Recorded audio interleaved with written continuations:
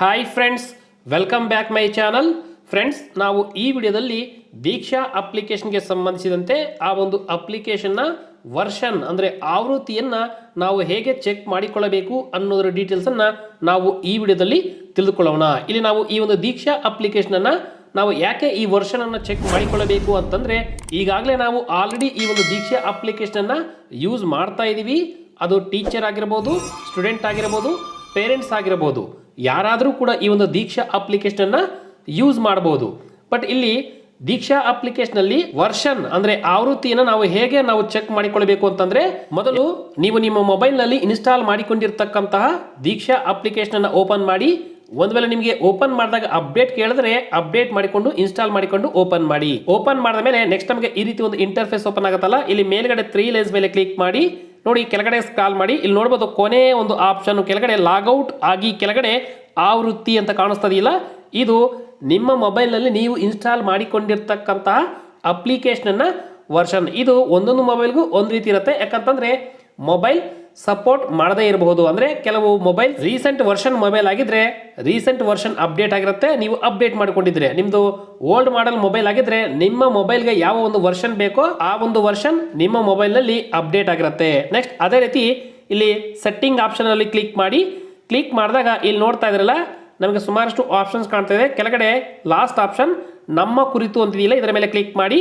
Click ಮಾಡಿದಾಗ ಇಲ್ಲೂ ಕೂಡ ಅಷ್ಟೇ ಆ್ಯಪ್ ಆವೃತ್ತಿ ಅಂತ ಕಾಣಿಸ್ತಾ ಇದೆಯಲ್ಲ, ಇಲ್ಲೂ ಕೂಡ ನಾವು ಈ ಒಂದು ಅಪ್ಲಿಕೇಶನ್ ಆವೃತ್ತಿ ಅಂದರೆ ವರ್ಷನ್ ಅನ್ನ ಚೆಕ್ ಮಾಡಿಕೊಳ್ಳಬಹುದು.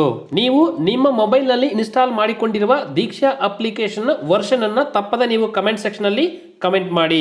ಹಾಗಾದರೆ ಈ ಒಂದು ದೀಕ್ಷಾ ಅಪ್ಲಿಕೇಶನ್ ಅಲ್ಲಿ ನಾವು ವರ್ಷನ್ ಅನ್ನ ಯಾಕೆ ಚೆಕ್ ಮಾಡಿಕೊಳ್ಳಬೇಕು ಅಂತಂದ್ರೆ, ಈ ಒಂದು ಅಪ್ಲಿಕೇಶನ್ ಅಲ್ಲಿ ಏನೇ ಅಪ್ಡೇಟ್ ಬಂದರೂ ಕೂಡ, ಅಂದ್ರೆ ಏನೇ ಕಂಟೆಂಟ್ ಆ್ಯಡ್ ಮಾಡಿದ್ರೂ ಕೂಡ ಅದು ಅಪ್ಲಿಕೇಶನ್ ಅಪ್ಡೇಟ್ ಆಗುತ್ತೆ.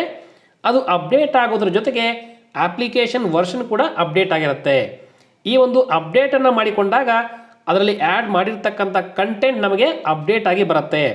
ಹೀಗೆ ಕೆಲವು ಮೊಬೈಲ್ಗಳಿಗೆ ಈ ಒಂದು ಅಪ್ಡೇಟ್ಸ್ ಲೇಟ್ ಆಗಿ ಬರ್ಬೋದು, ಇನ್ನು ಕೆಲವು ಮೊಬೈಲ್ಸ್ಗೆ ಅಪ್ಡೇಟ್ ಬೇಗನೆ ಬರ್ಬೋದು. ನಿಮ್ಮ ಮೊಬೈಲ್ ನ್ಯೂ ವರ್ಷನ್ ಆಗಿದ್ರೆ ಆ ಒಂದು ಅಪ್ಲಿಕೇಶನ್ ಏನೇ ಅಪ್ಡೇಟ್ ಬಂದರೂ ಕೂಡ ಬೇಗನೆ ಅಪ್ಡೇಟ್ ಆಗುತ್ತೆ, ಹಾಗೂ ನಿಮಗೂ ಕೂಡ ಬೇಗನೆ ಅಪ್ಡೇಟ್ ಬರುತ್ತೆ. ನಿಮ್ಮ ಒಂದು ಮೊಬೈಲ್ ಓಲ್ಡ್ ವರ್ಷನ್ ಆಗಿದ್ರೆ ನಿಮಗೆ ನಿಧಾನವಾಗಿ ಈ ಒಂದು ಅಪ್ಡೇಟ್ಸ್ ಬರುತ್ತೆ. ಸೊ ಏನೇ ಅಪ್ಡೇಟ್ಸ್ ಬಂದರೂ ಕೂಡ ನಮಗೆ ಈ ಒಂದು ಅಪ್ಡೇಟ್ಸ್ ಇನ್ನೂ ಬಂದಿಲ್ಲ ಅಂತ ಕೆಲವರು ಹೇಳ್ತಿರ್ತಾರೆ. ಸೊ ಈ ರೀತಿ ನೀವು ಅಪ್ಡೇಟ್ ಬೇಗನೆ ಪಡೆಯಬೇಕಾದ್ರೆ ನಿಮ್ಮ ಒಂದು ಅಪ್ಲಿಕೇಶನ್ ಒಂದು ಆವೃತ್ತಿ ಕೂಡ ಬಹಳ ಮುಖ್ಯ. ಆ ಆವೃತ್ತಿಯ ಆಧಾರದ ಮೇಲೆ ನಿಮ್ಮ ಒಂದು ದೀಕ್ಷಾ ಅಪ್ಲಿಕೇಶನ್ ಅಪ್ಡೇಟ್ ಬಂದಿದೆಯಾ ಅಥವಾ ಏನು ಅಪ್ಡೇಟ್ ಬಂದಿದೆ ಅನ್ನೋದನ್ನ ನೀವು ತಿಳಿದುಕೊಳ್ಳಬಹುದು. ಕೋವಿಡ್-19 ಹಿನ್ನೆಲೆಯಲ್ಲಿ ಈ ವರ್ಷ ಕೂಡ ಶಾಲೆ ಪ್ರಾರಂಭವಾಗುವ ಸಾಧ್ಯತೆ ಬಹಳ ಕಡಿಮೆ ಇದೆ.